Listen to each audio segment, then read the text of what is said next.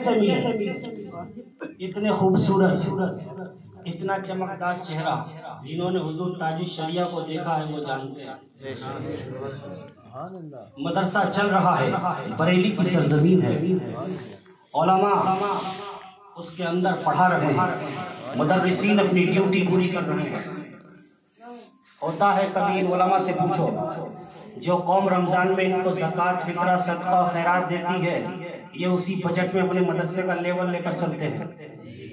پھر بھی اگر کام بڑھ جاتا ہے، بستی کے اندر بچے زیادہ آ جاتے ہیں، باہر کے طلبہ اور زیادہ آ جاتے ہیں، تو انہیں منع کرنے دل نہیں کرتا ہے، کام بڑھایا جاتا ہے۔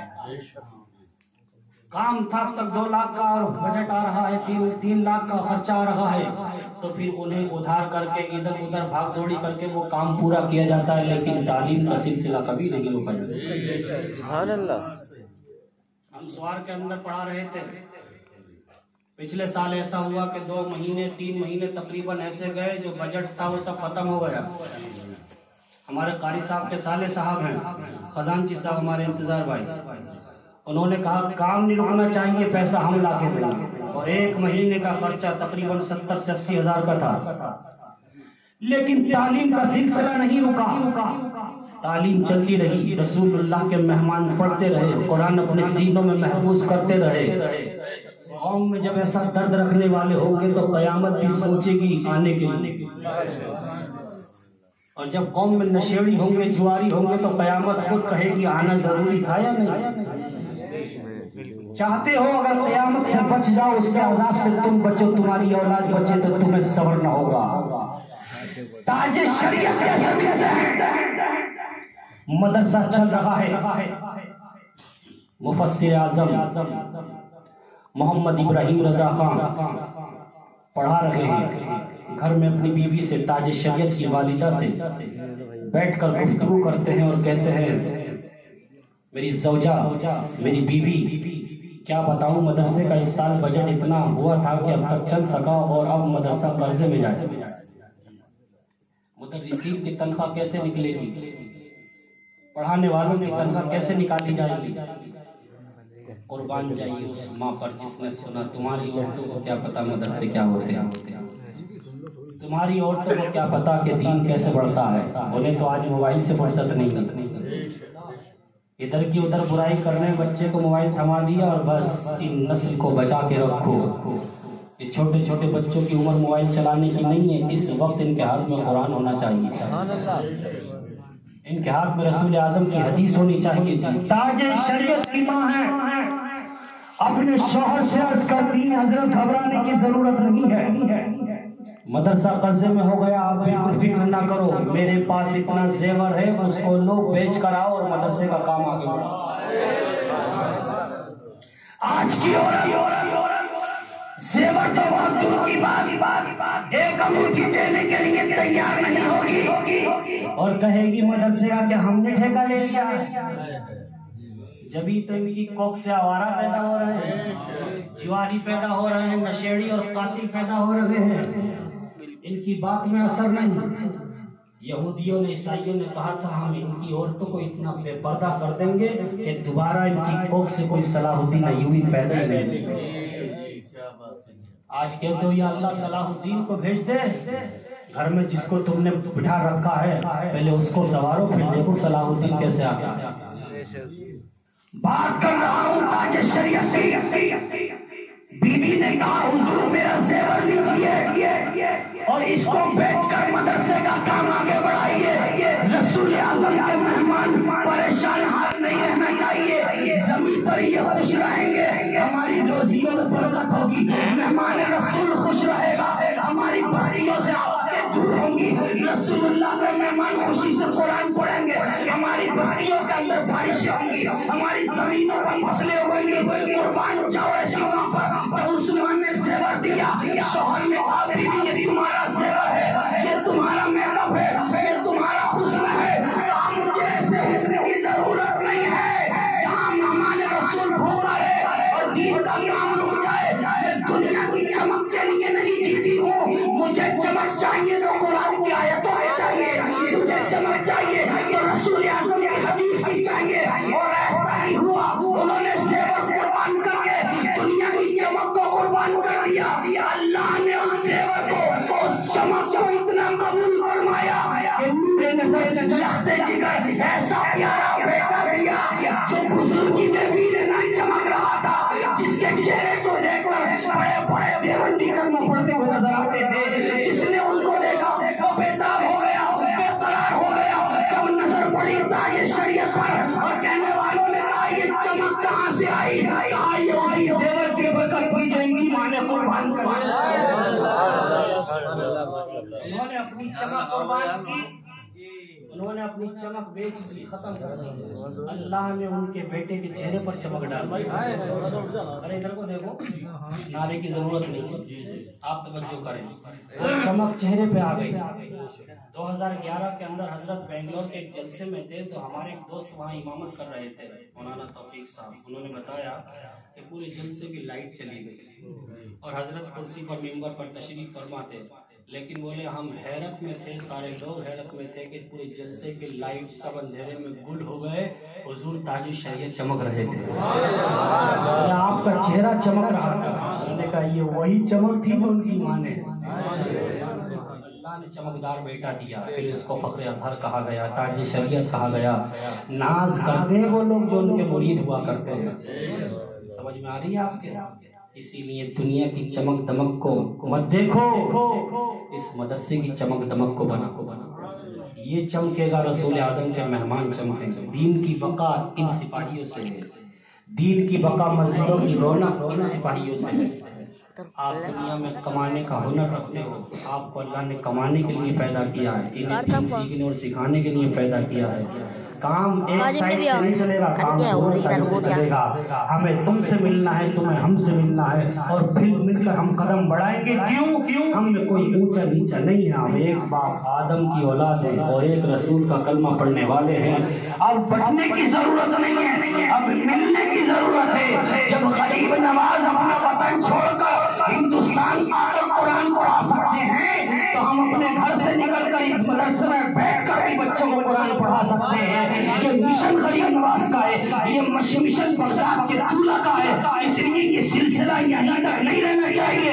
اس مدرسے کے اندر صرف تعلیم ناظرے یا حفظ کی نہیں ہونی چاہیے، اسے آگے بڑھاؤ، خوب چمکاؤ.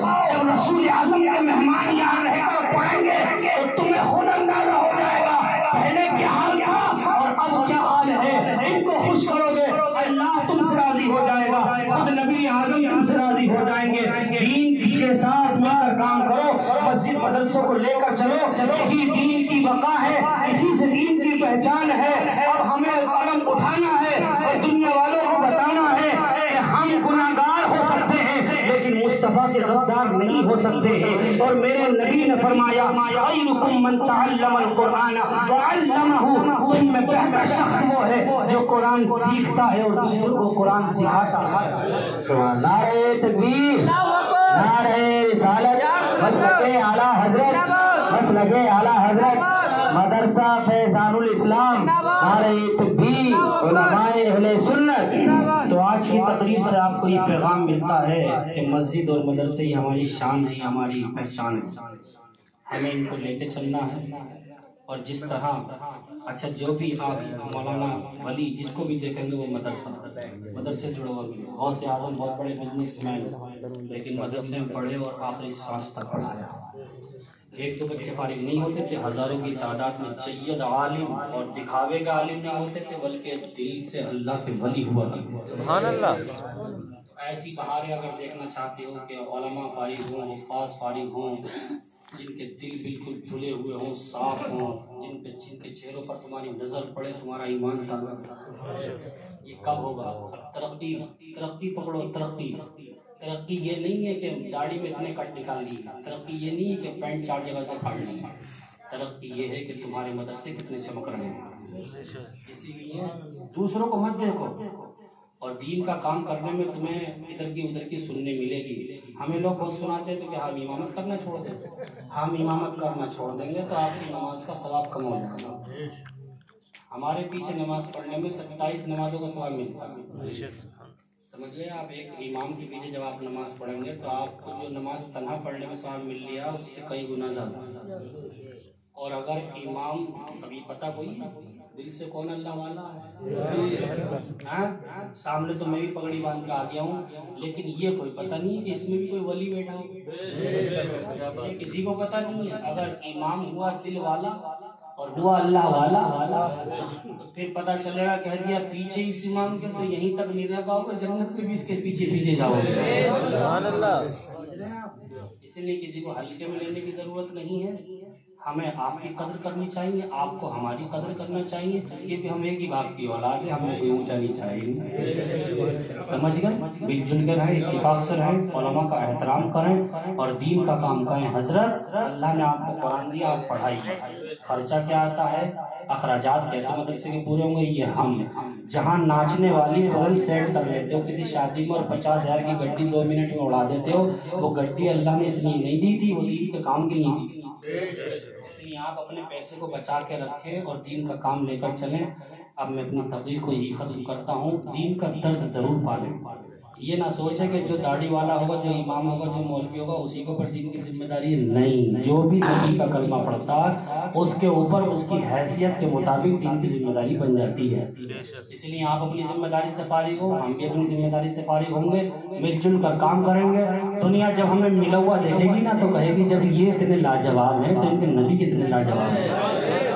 اسلام جو پھیلا اور تلوار کے ذریعے نہیں، نیٹ اور ملٹی میڈیا اور سوشل میڈیا اور اخبارات کے ذریعے نہیں پھیلا ہے، اسلام جو پھیلا ہے وہ میرے نبی کے کردار کے ذریعے پھیلا ہے۔ اسی لیے کردار اتنا اچھا کر لو، اتنا اچھا کر لو۔ آج نالی میں جب کوئی منہ دے کے مرتا ہے تو لوگ کہتے ہیں مسلمان ہی ہوگا، شراب پی کے مرا ہوگا۔ کردار اتنا اچھا کر لو کہ جس گلی سے تم گزر کر جاؤ اور پیچھے آنے والا ہے خوشبو سن کے بتا دے کون گیا ہے، مصطفیٰ کا غلام گیا۔ رشتوں پہ جھگڑے مت کرو، شادیوں پہ جھگڑے مت کرو، سستا نکاح کرو، جتنا سستا ہوگا اتنی برکت زیادہ ہوگی۔ زیادہ روپیہ شادی میں اٹھانے کی ضرورت نہیں ہے، جوئے میں پیسہ مت اڑاؤ، شراب میں مت اڑاؤ، یہ بڑا قیمتی جوہر ہے جو اللہ نے تمہیں دیا ہے، اس سے تم مدرسے کا کام کرواؤ، مدرسوں کو لے کے چلو۔ اگر آپ قرآن نہیں پڑھ پائے، آپ حافظ نہیں بن پائے، آپ عالم دین نہیں بن پائے تو کیا آپ ذمہ داری نہیں لے سکتے ہو؟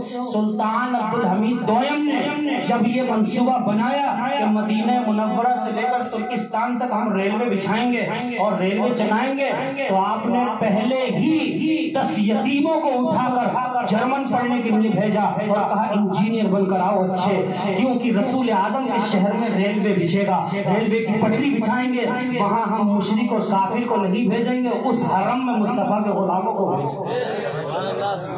کیونکہ پاک زمین ہے تو کام کرنے والا بھی پاک ہونا چاہیے۔